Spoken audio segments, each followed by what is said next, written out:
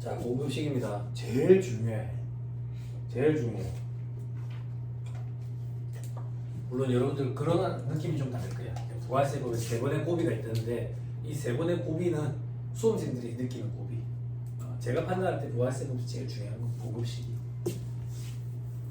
그럼 공급시기가 왜 중요하냐 이래야.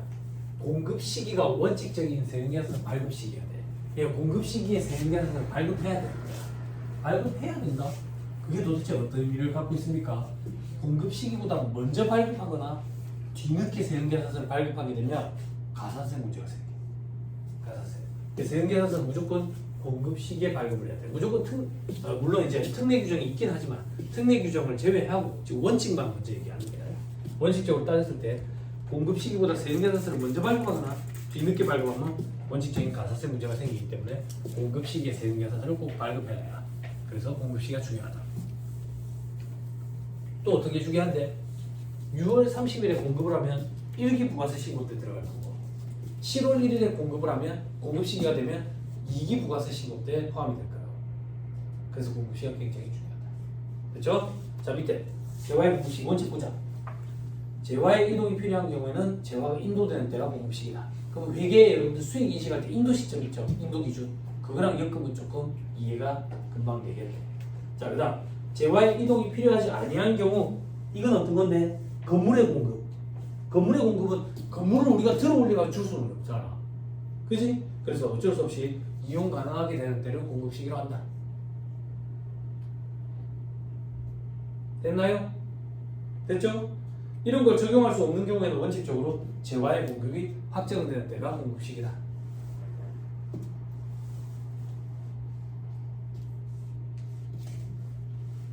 됐죠? 자, 그 밑에 2번에 거래 형태별 공급시기. 항목이 많죠? 그죠? 느낌이 파고죠? 어떤 느낌? 이런 게 시험에 나오겠죠? 그죠? 그런 느낌도 없으면 이 바닥에 앉아있으면 안 되죠. 그죠? 자, 거래 형태별 공급시기에 현금 판매, 외상 판매, 할부 판매. 그지? 근데 손가락 잠깐만 끼고 다음 페이지에 동그라미 5번 봐. 장기 할부 판매이네. 방금 할부 판매 봤는데 그럼 여기 장기 할부 판매라는 얘기는 앞에 동그라미 1번은 단기를 얘기하는 거예요. 그죠? 그죠? 자, 현금 판매, 외상 판매, 할부 판매 재화가 인도되거나 이용 가능하게 될 때. 됐죠? 동그라미 2번 상품권 등을 현금 또는 외상으로 판매하고 그 후에 상품권 등이 현물과 교환될 때는 상품권을 현물로 교환해서 갈 때 그때가 재화가 실제로 인도되는 때지. 회계 시간에 상품권 회계처리 공부했죠? 그거랑 입장이 같네. 부가세법이. 그죠? 부가세법상 공급시기가 회계에서 수익으로 인식하는 그 시점이랑 일치하네. 그 다음 재화의 공급으로 보는 가구. 이게 뭔데? 주요 자재의 전부 또는 일부를 부담하는 가공 계약은 재화의 공급으로 되죠. 재화의 공급을 보니까 당연히 재화가 인도되는 시점이 공급시기가 되겠죠. 그렇죠? 그 다음 4번에 관한 조건, 동의 조건, 그 밖에 조건, 조건이 성취되는 시점 얘기하는 거예요. 혹은 기한물 판매. 예를 들면 시용 판매에 되어 있죠. 시용 판매로 여러분들 회계 시간에 공부한 거. 일단 한번 써보시고 결정하세요. 그래서 써보라고 넘겨줬어. 그때는 제품을 판매한 때가 아니죠. 그죠? 써보니까 괜찮네요. 쓰겠습니다. 고객이 매입 의사 표시하는 시점. 그때 제품 판매라는 수익을 인식하죠. 부가세법상 공급시기도 똑같네. 됐죠? 됐죠? 또 하나 2차 시험에 등장했어. 그래서 이제 책이 실리기 시작한 거야. 금수 조건부 판매. 그럼 금수가 완료되는 시점이지. 예를 들어서 기계 장치에 들어가는 부속, 엄청나게 큰 규모의 부속을 주문 제작을 맡겠다고. 뭐 주문 제작을 맡기면 오잖아. 물건이 왔을 때 이게 높은 압력을 견디는지 테스트를 해봐야 될 거 아니야. 용접이 제대로 이루어졌는지 테스트를 해봤더니 오케이 됐네. 그러면 그때 매출로 수익으로 인식한다고. 회계에서 부가세법상 공급시기도 똑같다 그 얘기야. 그때가 언젠데? 금수 완료 시점이라고.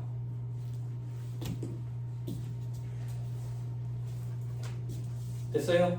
혹시 여러분 회계 시간에 설치 및 검사 조건부 판매 이런 거 공부했어요? 안 했어요? 위에 방금 할 거예요. 거기 이런 거 얘기하는 거예요. 아니 그게 어떤 거냐면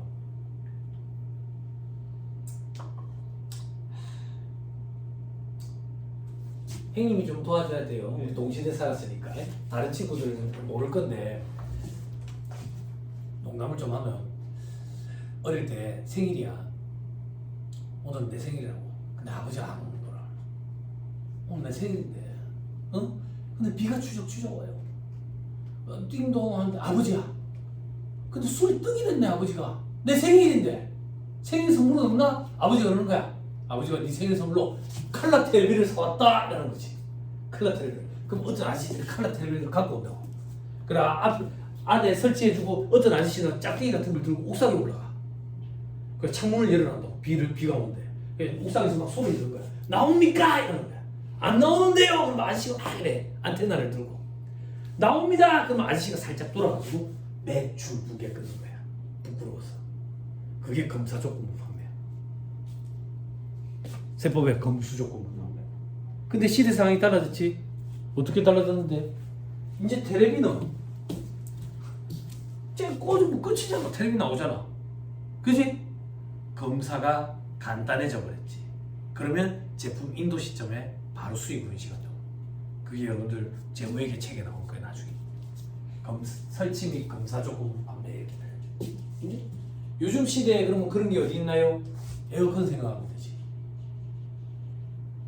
에어컨 샀다고 그 사람들이 바로 매출을 붕괴 끊는 게 아니잖아. 집에 갖고 와서 18도로 맞춰가지고 냉매가 제대로 들어갔는지 찬바람이 나오는지 테스트 해보잖아. 그럼 고객님 찬바람이 나오는데 이제 확인하셨습니까? 예, 찬바람이 나오네요. 그러면 그 사람들이 부끄러우니까 살짝 뒤로 돌아가지고 매출 붕괴 끊는다. 그게 설치 및 검사 조건 판매야. 됐어요? 됐죠? 그게 부가세법에서 말하는 검수 조건부 판매라고. 검수가 완료된 시점에 판매로 인식하는 거예요. 됐나요? 자, 동그라미 5번은 제일 마지막에 오고요. 동그라미 6번 간주 공급. 이런 거 암기하는 사람들이 좀 어이가 없어요. 면세 전용이래. 면세 전용할 때 소형수차, 비용료 소형수차로 전용할 때, 개인적 공급할 때, 사업상 증여할 때, 판매 목적 타사차 반출할 때 됐잖아. 이걸 왜 암기를 해? 그지? 하나만 기억하면 되네. 폐업시 잔존제한은 폐업일. 됐어요? 근데 어떻게 해? 공부 못할 줄 모르는 사람들 이런 거 막 암기하고 있다고. 면세 전용할 때, 개인적 공급할 때, 사업상 증여할 때 됐잖아. 그게 공급식이라고. 그지? 사람 머리가 한계가 있다고. 암기를 최소화시켜놔야 돼. 왜냐면 우리 소득세법에서 주구장창 암기해야 되거든. 소득세법은 논리 이런 게 없어. 합리적인 거랑 거리가 너무 멀다고. 세법 중에 그나마 부가가치세법이 조금 합리적이야. 제가 말하는 합리적이라는 표현은 어떤 의미를 갖고 있냐면 취지가 이러하니까 이렇게 되지 않을까라고 우리가 유추했을 때 맞아떨어져. 그럼 나머지 법인세법과 소득세법은 그런 거 없어. 주구장창 암기해. 그럼 니는 뭐 해주는데? 암기를 도와주는 사람이지. 그지? 어떻게? 여러분들 머리 저장장치에다가 저장을 해야 돼.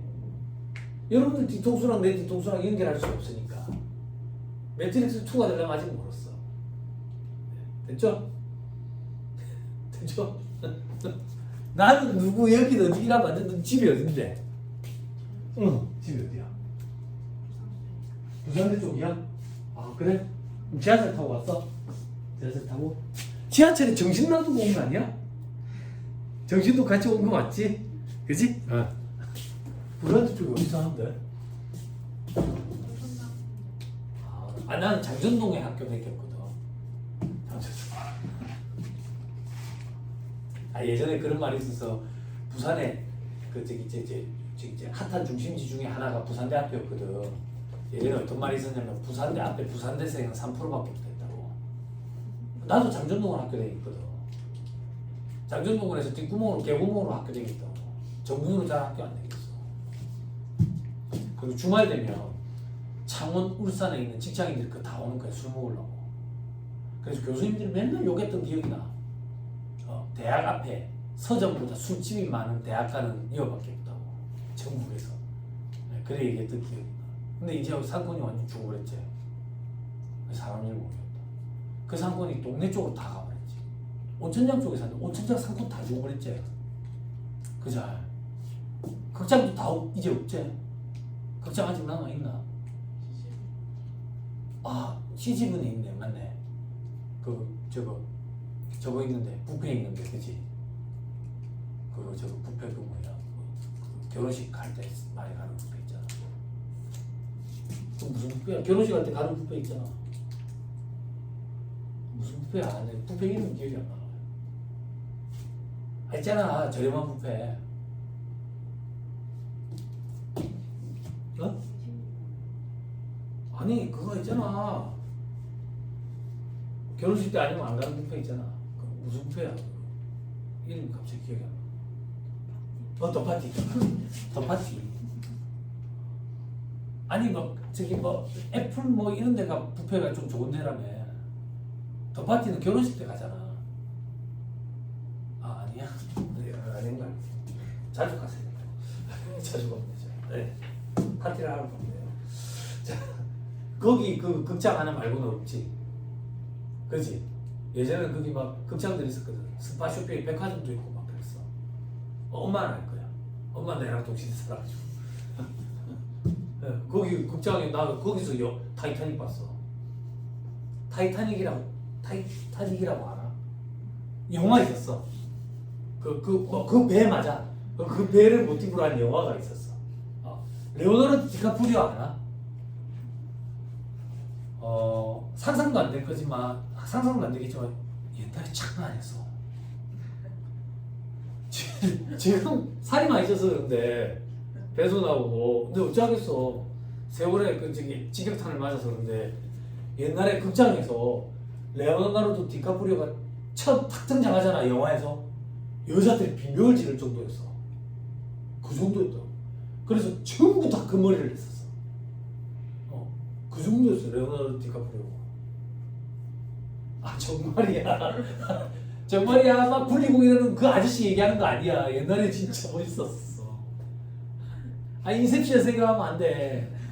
직격탄 맞아서 그래. 그리고 케이트 윈슬렛 그 아줌마도 옛날에 진짜 예뻤어. 지금 이제 할머니로 넘어가는 과도기가 됐지만.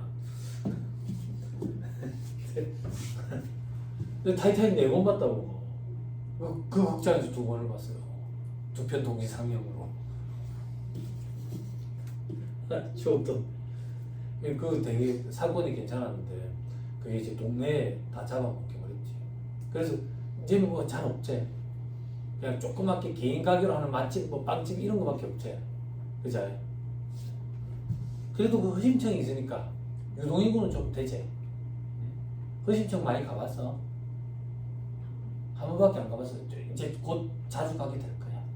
요 시험을 합격한다라는 전제하에 요 시험을 합격하게 되면 동시모텔 1층 커피숍에서 선을 자꾸 보게 될 거야. 호텔 커피숍에 처음 가본 게 내가 거기야. 거기 선 보러 갔었어. 허심청은 한 번도 아직도 못 가봤어. 그렇게 촌놈인데 합격을 하는 순간 그 호텔 커피숍에서 선을 보게 되더라. 너도 자주 가게 된다. 합격하면 호텔 커피숍에서 선 본다. 내가 얼마나 촌놈이었냐면 나는 반송에 토백이었거든. 이제 학교 때문에 부산대 앞에 댕기고 그랬어.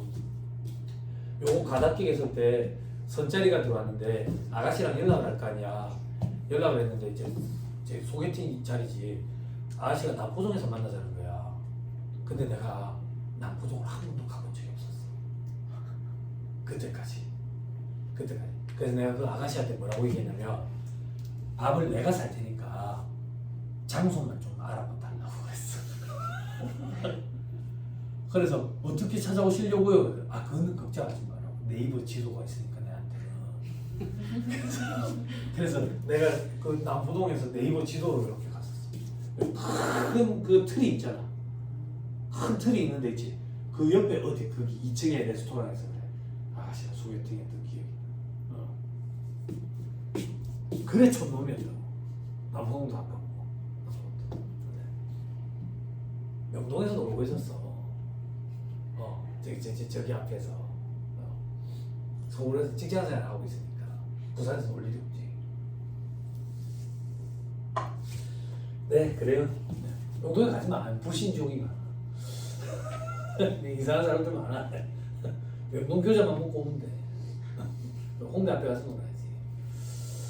그런 데이트도 좀 가봐야지. 그런 데이 막 댕기고 그랬어. 쫙 빼입고 가는 거야. 그럼 막 클럽마다 나가 막 붙잡아. 여기서 놀으라고.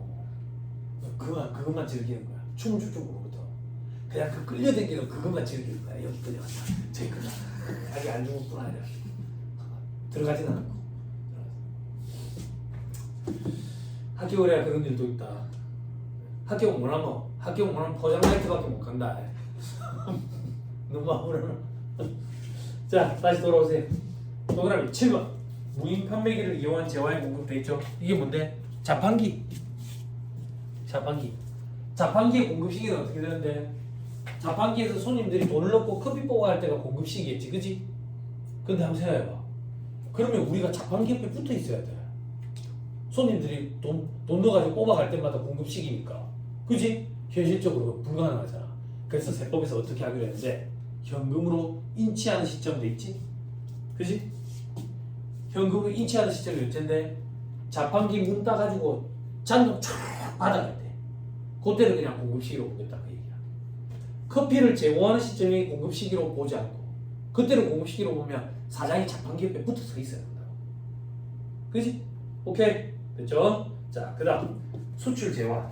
내부 물품을 외부로 반출하는 것. 중개무역 방식의 수출. 요 정도만 봐 지금은. 아무튼 수출은 선적이고 기적이로. 배에 실는 날, 비행기 실는 날. 동그라미 니은 디귿은요, 객관식 세법할 때 잠깐 읽고 그냥 넘어갈 거야. 지금 스트레스 받지 마. 그러니까 수출할 때 수출의 형태도 여러 가지가 있거든. 이 여러 가지 수출의 형태를 우리는 암기할 필요가 없어요. 이런 거에 대해서 전문적으로 파고드는 사람들을 우리는 관세사라고 그래. 관세사. 그러니까 우리는 수출과 관련돼 가지고 공급시기가 언제인지, 공급가액이 얼마인지 회계사무실에 이런 거지. 수출 회계처리 해봤어. 그러니까 우리는 수출 신고 필증을 읽어볼 필요가 없어. 우리에게 필요한 숫자, 날짜만 갖고 오면 되는데, 수출 신고 필증에서는 날짜를 갖고 오면 안 돼. 그지? 선화증권에서 날짜를 갖고 와야지. 그지? 수출 신고 필증에서는 숫자, 금액만 갖고 오면 돼. 그지? 그걸 읽고 해석할 수 있는 능력을 갖춘 사람을 관세사라고 표현한다. 그지? 우리는 세무사가 되기 위해서 왔어. 응? 너무 스트레스 받지 말라 그 얘기야. 시험에 등장한 적은 있기 때문에 내가 언급은 할 건데 너무 스트레스는 받지 마. 자, 그다음 동그라미 8번. 동그라미 9번. 사업자가 보세구역 안에서 보세구역 밖에 국내에 재화를 공급하는 경우가 재화의 수입에 해당할 때 수입시고 수리시점. 아까 우리 빨간 점선 기억나? 통과 시점이었지. 그걸 딱 거칠 때 그때가 공급시기야. 수입 재화의 공급시기. 수입 재화 누가 과세한다 그랬어? 세관장이 과세됐다고. 그때 세관장이 세금 계산서 우리한테 발급해 주는 거야. 됐어요? 오케이. 그다음 동그라미 10번 보기 전에 이제 5번으로 가는 거야. 5번은 장기화품의 중간 지급 조건부 공급, 완성도 기준 지급 조건부 공급, 전력이나 그 밖의 공급 단위로 구획할 수 없는 계속적 공급은 대가의 납부를 받기로 할 때. 세무사님 왜 이걸 제일 마지막에 강의하십니까? 공급 시기에서 한 문제만 내라고 내한테 시키면 여기를 내는 거야. 됐죠? 자, 그 정도로 중요하다. 지금 암기해버립시다. 장기화품의 중간 지급 조건부 공급, 완성도 기준 지급 조건부 공급, 그 밖에 공급 단위로 구획할 수 없는 계속적 공급은 공급 시기 언제? 대가의 각 부분을 받기로 한 때. 내려봐봐. 받기로 한 때랑 받을 때는 달라. 받기로 한 때에 못 받았을 수도 있어. 못 받았더라도 그날이 공급 시기다 그 얘기야. 받은 날이 아니야. 됐어요? 됐죠? 옆에 받은 날이 아니다 이렇게 써놔.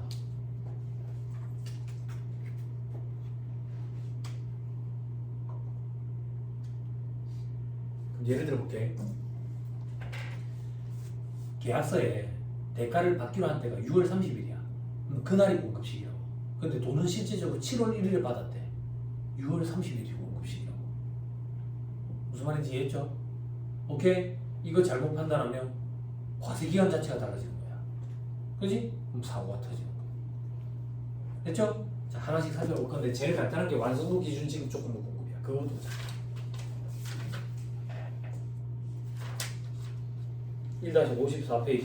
박스 2번 완성도 기준 지급 조건 요구. 건물 건설, 선박 건조, 기계 제작 등의 경우 재화를 인도하기 전에 완성 비율에 따라 대가를 지급받기로 한 조건의 공급. 공급 시기는 대가의 각본을 받기로 한대. 와, 이렇게 이해가 되지는 않는다 이 느낌이. 그지? 느낌이 확 오지는 않는다. 바로 사례 한 번만 딱 풀면 절대 틀릴 수가 없어요. 자, 사례 한번 보자. 100원짜리 건설 도급 계약을 맺고, 이게 무슨 말인데? 건물 지어주고 100원 받기로 한 거야.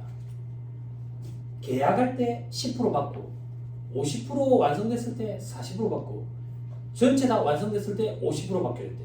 10%는 얼마인데? 10원. 40%는 얼마인데? 40원. 50%는 얼마인데? 50원. 이렇게 받기로 했대. 2026년 1기 확정 신고 기간은 4월 1일부터 6월 30일이지. 이때에 과세 표준에 들어가야 될 숫자만 한번 계산해버려. 근데 6월 30일 현재 기성권은 60%래. 그러면 봐봐. 계약 시 10%. 요거는 1기 예정 신고 때 들어가야 되는 거네. 그리고 60% 완성됐으니까 50% 기성 시 받을 40%만 들어가면 되겠지. 40원. 어렵다고 거짓말해봐. 안 어렵죠? 시험 문제 이렇게 등장한다고. 틀리면 이상한 거지. 됐어요? 됐지요? 앞으로 돌아오세요. 자, 1-51페이지.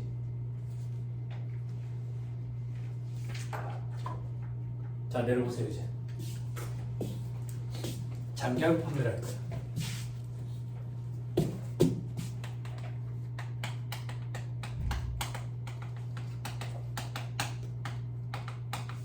장기하고 판매. 아까 우리 할부 판매랑 장기하고 판매 구분했다고. 할부 판매는 단기였지 그러면. 그지? 장단기 어떻게 구분해? 장단기 어떻게 구분해? 1년? 1년? 회계랑 세법은 달라. 장기는 당연히 그거 아닙니까? 회계에서 표현하는 장기와 세법에서 표현하는 장기는 구체적으로 따지면 조금 달라. 그럼 회계에서는 장단기를 어떻게 구분하던데? 언제부터 1년이냐고. 그게 포인트지. 오늘부터 1년이야? 유동과 비유동, 장기, 단기 어떻게 구분해? 언제로부터 1년이야? 보호기한 말로부터 1년 내에 현금화될 것이 확실하면 유동, 더 걸릴 것 같으면 비유동. 그걸 가지고 우리는 장단기 구분했지. 근데 세법은 좀 다르다 그 얘기야. 세법은 장기 할부 판매, 어떤 걸 장기라고 얘기하는데 책에 있어요? 책에 있어요? 인도 후 대금 분할 횟수를 냈지. 그지? 인도일에 다음 날부터 최종 할부금 지급 기일까지가 1년 이상. 그리고 대가는 2회 이상 분할 수령. 이 조건을 갖추면 부가세법에서는 장기 할부 판매라고 표현하겠다 그 얘기야. 됐나요? 됐어요? 그러니까 여러분들이 흔히 알고 있는 상식선에서 장기 할부 판매를 갖다 대면 안 되는 거야. 우리 법을 공부하고 있다고. 다시 부가세법에서 장기 할부 판매는 뭘 얘기하는 거냐? 인도일의 다음 날부터 최종 할부금 지급 기일까지가 1년 이상. 그리고 대가는 2회 이상 분할 수령하는 경우. 이걸 장기 할부 판매라고 얘기해. 여기에 해당되면 공급 시기는 대가의 각본을 받기로 한 때가 공급 시기가 되고, 그때 받기로 한 그 금액을 공급 시기에 세금계산서를 발급해야 되는 거야. 만약에 이 요건을 갖추지 못하면 어떻게 되는데요? 요건을 갖추지 못하면 장기할부 판매가 아니게 되는 거지. 장기할부 판매가 아니게 되면 어떻게 되는데요? 원칙으로 돌아가야지. 원칙은 뭔데요? 인도 시점이라고. 됐어요? 됐죠? 자, 사례를 하나 들어보자.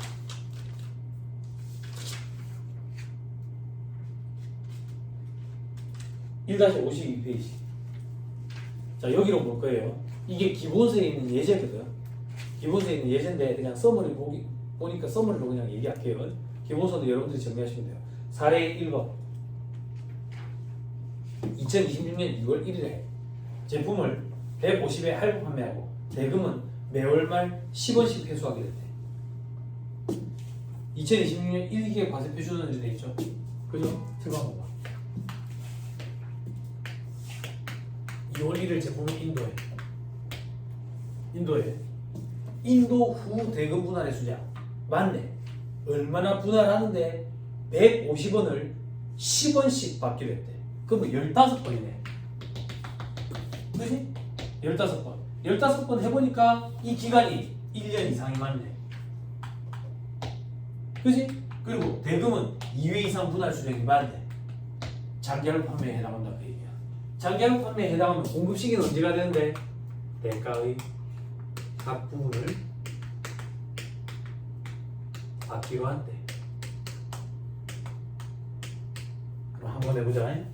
대가의 각 부분을 받기로 한 때가 언젠데 2월 1일부터 한 달에 10원씩 받기로 했지. 매월 말, 그지? 그럼 봐봐. 2월 말 10원. 요때가 공급 시기야. 3월 말 10원. 요때가 공급 시기야. 4월 말 10원. 요때가 공급 시기야. 5월 말 10원. 요때가 공급 시기야. 6월 말 10원. 요때가 공급 시기야. 여기까지 맞아. 그럼 각각 공급 시기에 세개를 발급해야 되는 거야. 각각 발급해야 돼. 각각 발급해야 돼. 각각 발급해야 돼. 근데 지금 여기 문제에서 묻는 건 뭐냐면 일기 부가세 신고할 때 과표에 얼마를 넣을 거냐고. 일기 부가세 신고 때는 요만큼이 과표에 들어가야지. 그럼 얼마야? 50원이야. 됐죠? 됐어요? 됐죠? 안 어렵죠? 시험 문제 이렇게 등장한다 그 얘기야.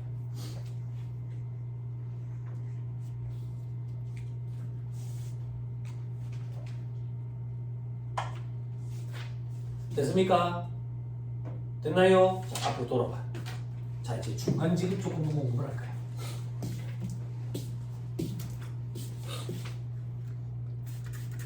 거슴은 죽고 입으면 덥고 그러면 하시고.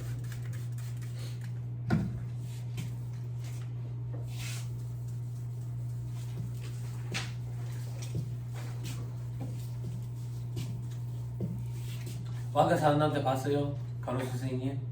아니요. 봤어? 나 진짜 조급해 미치게 빨리 봐야 되는데. 보였어요? 왕가 사는 남자 봤어? 봤어? 내가 보면 일단 내가 제일 먼저 보는 거네. 그치? 벌써 봐야 되는데 넷플릭스에 안 나오려나? 나왔어? 나온다고. 다음 주에? 쿠팡 쿠팡에 나왔다고? 나온다고. 아니 이게 언제? 오늘 집에 와서 결제해서 보면 돼? 오늘 아니야. 뒤처지는 느낌이 든다고. 정태가 여기서 봤대. 뭐야? 빨리 봐야 되겠어. 저기 이종우 세무사도 봤대. 뭐야? 빨리 봐야 되겠어.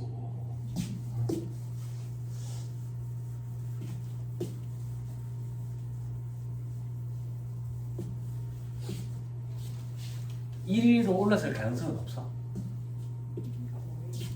명량이라든가. 쿠팡이 나왔는데. 나왔어요?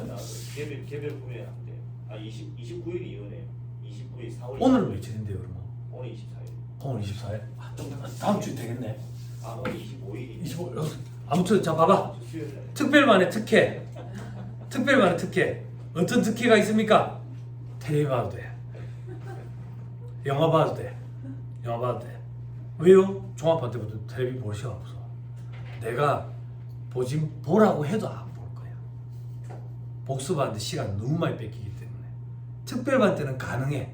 저거 봐도 돼. 저거 봐도 돼. 내가 결제해 줄 건 아니야. 각자 알아서 봐 집에서. 그지? 그지? 햄버거 배달시키 해가지고 불 꺼놔놓고 보면 돼. 그럼 극장에서 보는 느낌 아니야?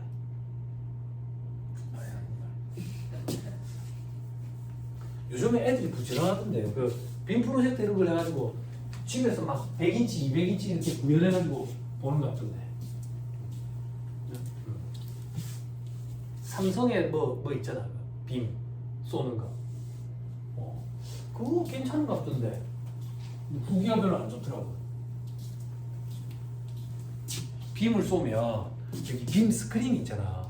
스크린이 이렇게 흔들흔들하면 우리 포커스가 안 맞잖아. 그렇잖아. 그 삼성에서 나온 그게 포커스를 자동으로 맞춰준다던데. 그럼 뭐 덜 번거롭잖아. 요즘에 어떤지 모르겠지만 대학 다닐 때 교수님이 야, 그 저기 수업 때 PPT 수업 건데 좀 준비해놔라. 그러면 가 학과 사무실 가지고 프로젝터 갖다가 교수님 그 노트북 갖고 프로젝터 여기 책상에 해가지고 포커스 맞추고 막 난리 치잖아. 근데 요즘에 학교에 천장에 달려 있대. 천장에 달려 있어가지고 컴퓨터랑 연결돼 있고 컴퓨터도 요즘에 학교 좋아. 터치 모니터가 터치야 터치. 아무튼 그런데 포커스를 자동으로 맞춰준다니까 괜찮지 않나 이런 생각이 들던데 근데 분위기가 많이 안 좋더라고. 그러니까 덜컥 겁이 나는 거지 살라니까 분위기가 안 좋으니까.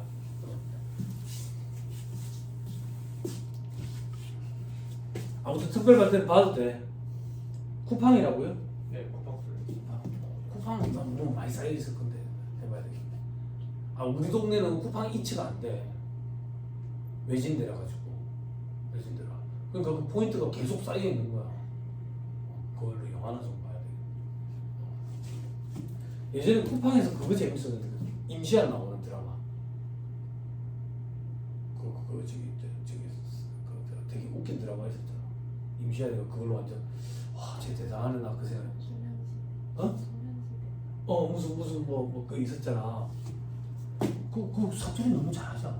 임시완이 부산대생인데. 근데 전라도 사투리를 너무 재밌게 하더라. 나 그거 딱 보면서 이제 연기자 됐네. 이제 아이들이 아닌 거야. 제국의 아이들이 아니야. 제국의 아이들은 이제 광희만 남았어. 좀 짠해. 이게 좀 잘 됐으면 좋겠는데 내가 이제 연예인들 볼 때 이제 짠해 보이는 연예인이 2명이 있는데 이제 광희 그리고 천명훈. 천명훈은 지가 잘못한 거 아무것도 없는데 그냥 짠해. 다른 애들이 잘못해가지고. 천명훈이라고 얘기하면 안 돼. 한 살 형인데 좀 짠해. 자, 이제 봐. 이제 중간지급 조건부 공급이에요. 시험이 잘 나와.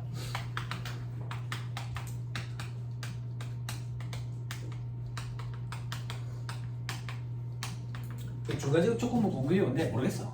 모르겠고 결론부터 암기하면 중간지급 조건부 공급에 해당하면 공급 시기는 대가의 각본을 받기로 할 때가 된다. 됐죠? 받은 때가 아니라.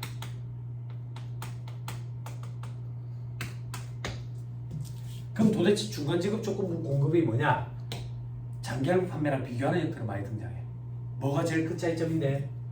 인도 전 대금 분할 횟수야. 장기할부 판매는 인도 후 대금 분할 횟수거든. 그럼 인도 전 대금 분할 횟수는 도대체 어떤 겁니까, 세무사님? 기계장치 같은 거 주문 제작하는 거야. 그러면 기계가 다 완성됐을 때 돈을 주는 게 아니거든. 계약금 걸고 중도금도 주고 이럴 거 아니야. 그런 게 중간지급 조건부 공급이야. 그럼 중간지급 조건부 공급에 해당하면 대가의 각본을 받기로 한 때가 공급시켜야 되는데 세법에서 말하는 중간지급 조건부 공급의 요건은 어떻게 되는데 부가세법에서 말하는 인도 전 대금 분할 횟수를 얘기해.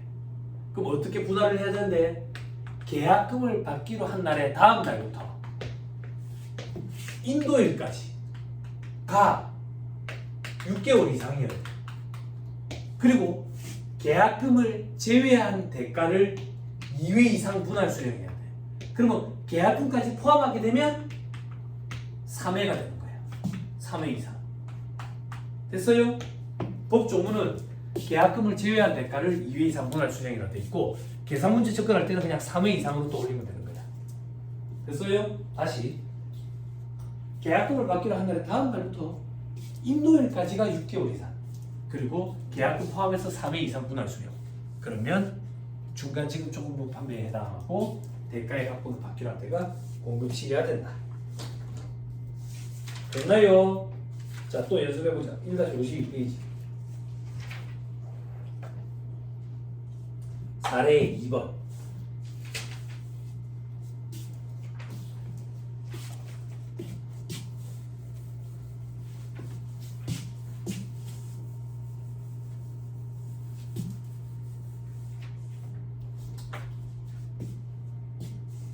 자, 사례 2번 한번 해봅시다.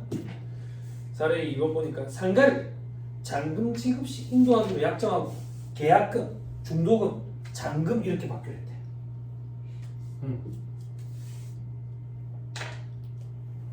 그죠? 그때 일기의 과표를 물었네. 일기의 과표. 저만 해볼게요. 자, 계약금 2월 1일, 중도금 6월 1일, 10월 1일. 6월 1일, 6월 1일, 10월 1일. 자, 요날 계약금, 요날 중도금, 요날 잔금. 잔금 칠 때 인도를 하기로 했대. 됐죠? 얼마씩 받기로 했는데, 얼마씩 받기로 했는데, 얼마씩인데, 10, 20, 30.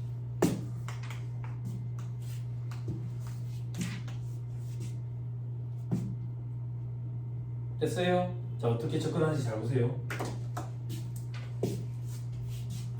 인도 전 대금 분할해 주냐? 맞네. 계약금을 받기로 한 날에 다음 날부터 인도일까지가 6개월 이상이자 맞네. 계약금 포함해서 3회 이상 분할 수령이냐? 맞네. 중간적인 조건부 공급에 해당한다 그 얘기야. 그럼 대가의 각금을 받기로 한 때가 공급시기니까 6월 1일에 공급시기. 얼마에 대해서? 10원에 대해서 세금계산서 발급해야 돼. 6월 1일에 20원에 대해서 세금계산서 발급해야 돼. 10월 1일에 30원에 대해서 세금계산서 발급해야 돼. 됐죠? 이때가 공급시기니까. 근데 문제에서 묻는 거는 지금 1기 물어봤지? 그렇지? 1기 과표에 들어갈 금액은 여기까지가 1기지. 그리고 30원이 과표에 들어가야 돼. 할 수 있겠죠? 그죠?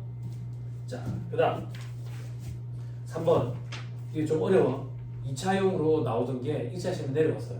기계를 잔금 지급 시 인도하는 계약을 2025년 12월 1일에 체결했대. 계약금은 12월 1일, 중도금 5월 1일, 잔금 7월 1일에 받기로 했어.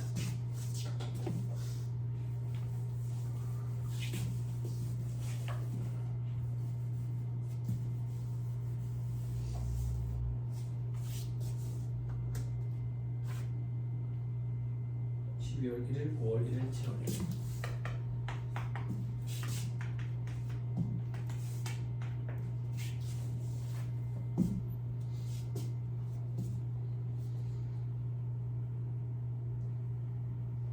됐어요? 됐죠? 칠판. 자, 기계장치를 잔금 칠 때 인도하기로 했대. 그래서 계약을 맺은 거야. 그지? 인도 전 대금 분할해 주냐? 맞네. 계약금을 받기로 한 날에 다음 날부터 인도일까지가 6개월 이상. 맞네. 그지? 계약금 포함해서 3회 이상 분할 줘요. 맞네. 그때 공급 시기는 대가의 값품을 받기로 한대. 요때 금액도 써놓겠다. 10원, 20원, 30원 똑같다. 10원에 대해서 공급 시기니까 세개에서 발급해야 돼. 여기까지 됐어요? 되나요? 자, 그런데 어떤 일이 벌어지느냐? 어떤 일이? 6월 30일에 인도를 하게 된 거야.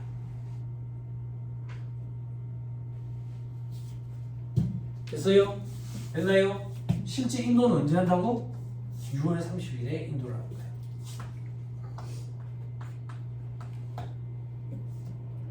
여기까지 됐어요? 됐어요? 잘 봐. 아직 6월 30일이 안 됐어.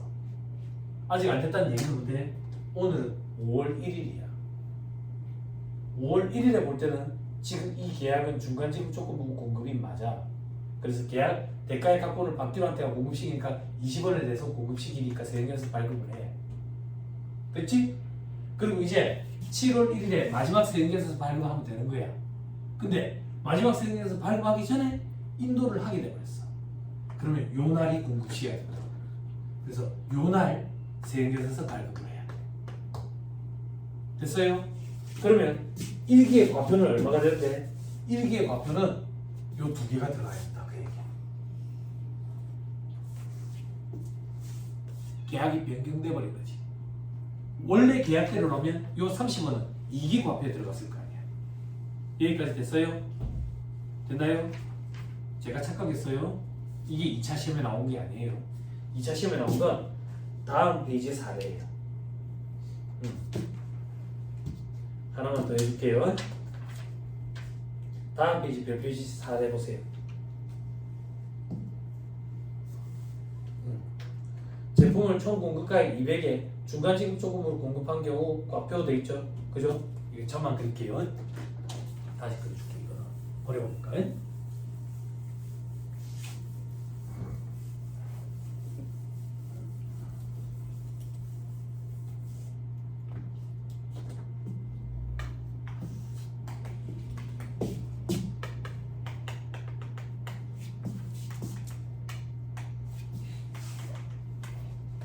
자, 날짜가 어떻게 되는데 계약금 10월 20일, 중도금 2월 20일,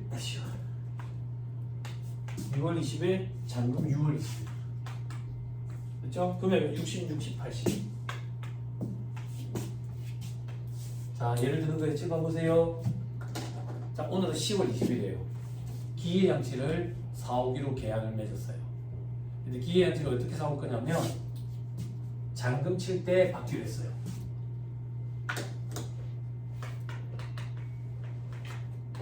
근데 돈은 계약금 중도금 그 전에 좀 주기로 했어요. 그렇게 계약이 많이 일어나. 돈을 줘야 정부가 재료를 사가지고 또 만들 거 아니야. 그죠? 그죠? 그러면 우리 입장에서는 이 기계 파는 사람 입장에서는 인도 전 대금 분할해 주래. 계약금을 받기로 한 날에 다음 날부터 인도일까지 기간이 6개월 이상. 맞네. 계약금 포함해서 3회 이상 분할 수령. 맞네. 중간 지급 조건부 공급에 해당한다고. 그러면 대가의 각부분을 받기로 한 때가 공급시기지. 그래서 10월 20일에 60원에 대해서 공급시기가 도래했으니까 세금이었어 발급했어. 됐어요? 그리고 시간이 흘렀어. 오늘은 언젠데? 2월 20일이야. 2월 20일에 우리는 60원을 받을 거야. 받고 세금계산서를 발급할 거라고. 그런데 거래처에서 갑자기 급하게 전화가 온 거야. 전화 와서 자금 회전이 좀 어려운데. 근데요. 자금 회전이 어려워서 그런데 이거를 요때 좀 줄게요. 이렇게 계약 변경이 일어난다고. 계약 변경. 그러면 그 생각한다고. 그래 합시다. 그래 합시다. 급할 건 없는데. 그럼 어떤 일이 벌어지지 않고 잘 봐. 요걸 요때 주잖아. 요때 주면 계약금을 포함한 대가를 3회 이상 분할 수령에 해당이 돼야 안 돼. 해당이 안 돼. 해당이 안 되면 중간지급 조건부 공급이 아니야. 중간지급 조건부 공급이 깨지면 원칙대로 가야 돼. 원칙은 언제야? 인도 시점이라고. 요때가 공급시기라고. 됐죠? 그럼 요때가 공급시기니까 세금계산서를 발급해야지. 됐어요? 그러면 이런 문제가 생긴다. 어떤 문제? 이때 세금계산서 발급할 때 과세 표준에 60원, 80원을 넣어야 되냐? 이거야. 그건 무슨 말인데요? 얘를 어떻게 할 거냐 이거야.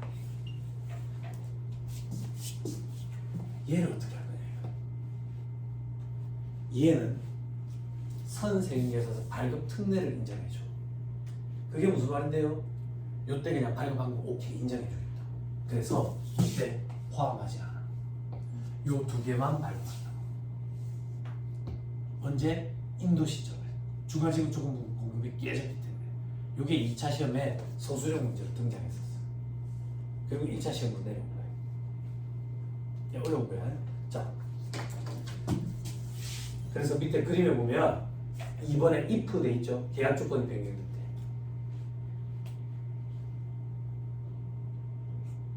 됐나요? 됐어요? 오케이, 됐습니다. 그 정도 보면 하면 되겠습니다. 앞으로 다시 돌아오세요. 그래서 1-51페이지 밑에 가로 이번에 플로우차트 있죠? 그죠? 인도 1 후 대금 분할해 주냐? 맞대. 그럼 장기 할부 여부 판단해야지. 아니래. 그럼 중간 지급 조건부 공급 판단해야 된다.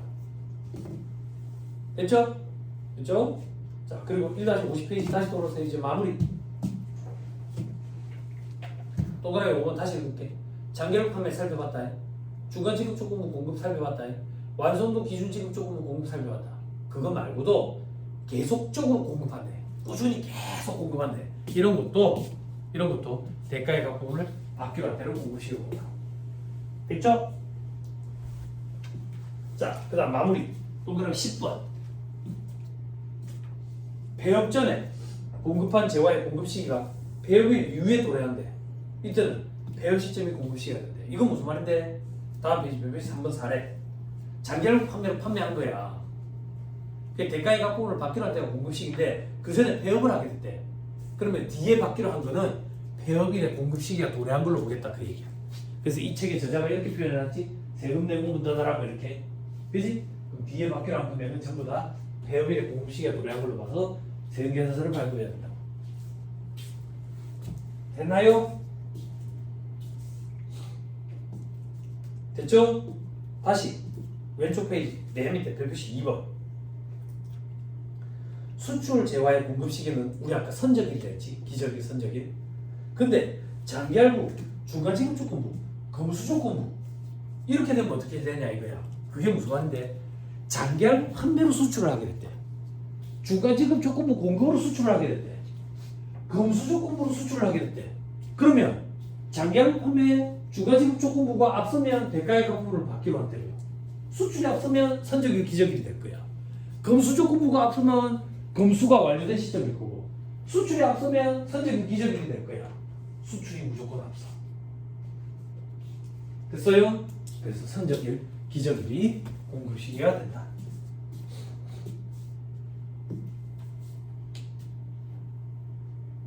됐나요? 밑에 별 비교돼 있죠? 요거는 영세율 파트에서 하는 거예요. 지금 신경 쓸 필요 없어요. 됐죠? 잘 버텼습니다. 넘어갑니다. 자, 이제 1-55페이지. 위탁 매매 또는 대리인의 매매. 앞에서 공부했었는데 위탁 거래. 여러분들 회의 시간에 본인 대리인 공부했죠? 그리고 거기 위탁자, 수탁자 이렇게 생각하면 돼요. 내가 직접 하면 본인, 그렇지? 남을 대신해서 하면 대리인.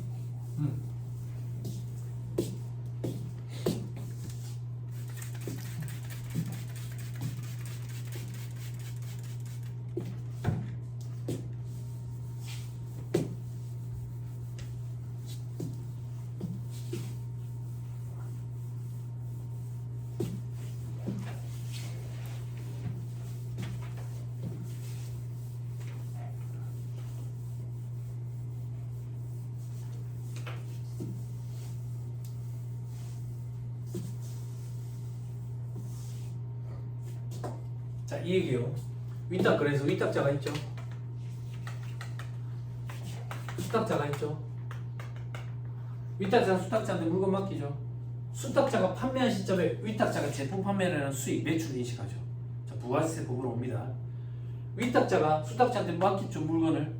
수탁자가 판매한 시점이 위탁자의 공급 시기가 된다고. 됐어요? 그러면 세금계산서 발급해야 되겠네. 누가 판 건데? 위탁자가 팔았지. 그지? 그 위탁자가 세금계산서 발급해야지. 그 위탁자가 세금계산서 발급하려면 위탁자가 수탁자를 따라다녀야 될 거 아니야. 언제 판매하는지 알아야 되니까. 현실적으로 불가능하다고. 그래서 현실적으로 어떻게 벌어지는데? 수탁자가 판매할 때 위탁자 명의로 수탁자가 세금계산서를 발급을 해. 얘 명의로. 그리고 지 명의는 부기해. 부기가 뭔데? 덧붙여 쓴다 그 얘기야. 비고라는 같이 사업자 등록번호 쓴다. 됐죠? 오케이. 됐어. 자, 위탁 매매에 의한 매매를 할 때는 위탁자가 직접 재화를 공급하거나 공급받은 것으로 본다. 공급 시기는 밑에 수탁자가 공급할 때가 위탁자의 공급 시기다. 그 밑에 세금계산서 발급은 수탁자가 위탁자 명의로 발급한다. 됐죠? 그 밑에 별표시 2번에 수탁자의 등록번호를 덧붙여 적어야 한다. 덧붙여 적어야 한다. 이걸 부기한다 이렇게 표현해.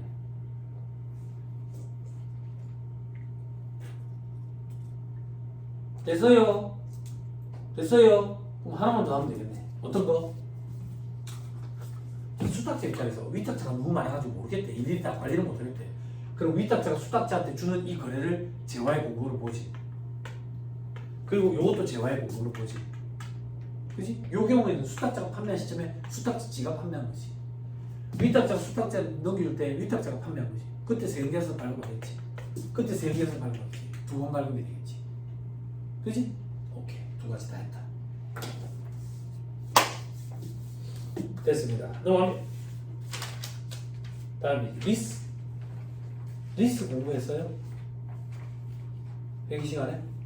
기본적인 거. 하긴 했죠.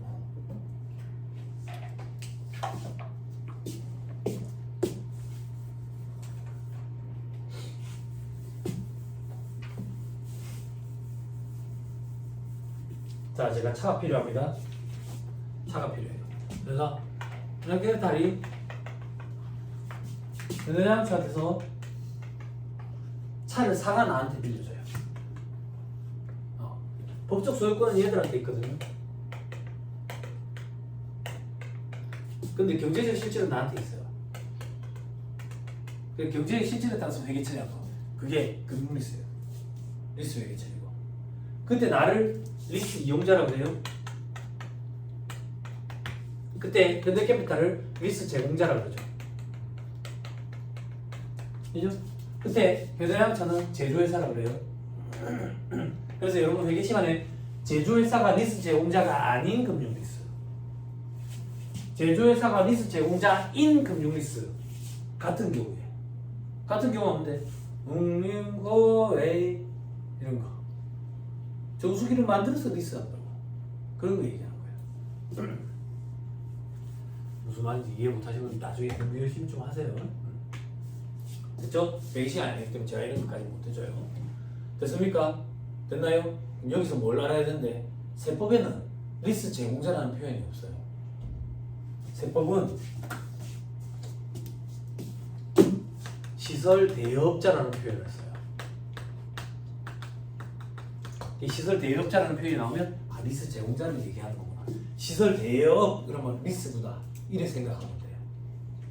됐죠? 자, 이때 공급 시기는 도대체 뭐냐 그 얘기야.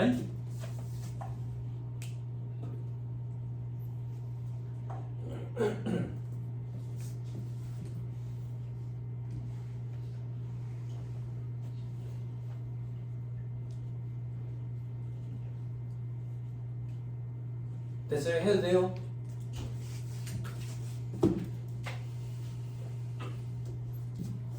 자, 제가 차가 필요해서 리스를 해요.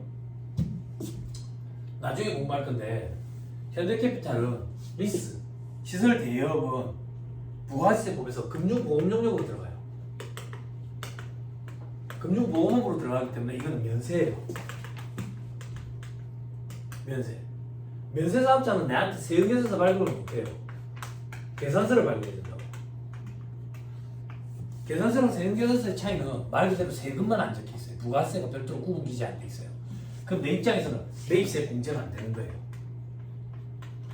그죠? 그럼 나는 불합리함을 느끼는 거야. 이 차가 비용도 소유차냐? 그럼 당연히 매입세 공제가 안 되겠죠. 근데 땀프 출혈하래요. 그럼 매입세 공제 받고 싶어요. 버스래요. 받고 싶어요. 근데 리스를 하면 매입세 공제를 못 받아요.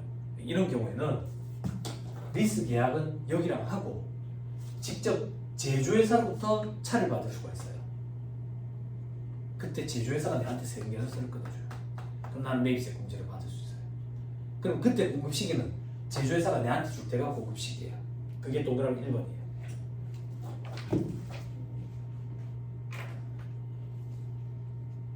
됐죠? 그렇죠? 그럼 제조회사가 내한테 세금계산서 발급해준다. 지금 봐. 근데 알고 봤더니 이 제조회사가 요거래. 독일에서 3개의 명찰에 동그라미가 4개로 쪼개진 거, 동그라미 3개로 쪼개진 거, 동그라미 4개가 걸쳐진 거 이런 거예요. 그럼 물건 넣오잖아. 물건 넣는다. 물건 넣으면 누가 내한테 세금계산서 발급해 주는데? 세관장. 수입 세금계산서 발급해 준다. 그게 동그라미 2번이에요.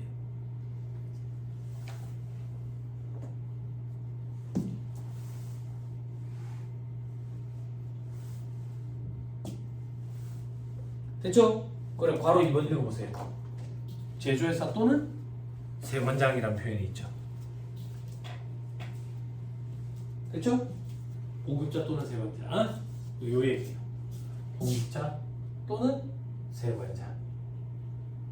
됐죠? 그럼 매입세 공제 받을 수 있는 거예요. 됐습니까? 됐죠? 넘어갑니다. 자, 이제 3번에 용리의 공식. 여기서부터는 또 잠깐 끊었다가 얘기를 하시죠.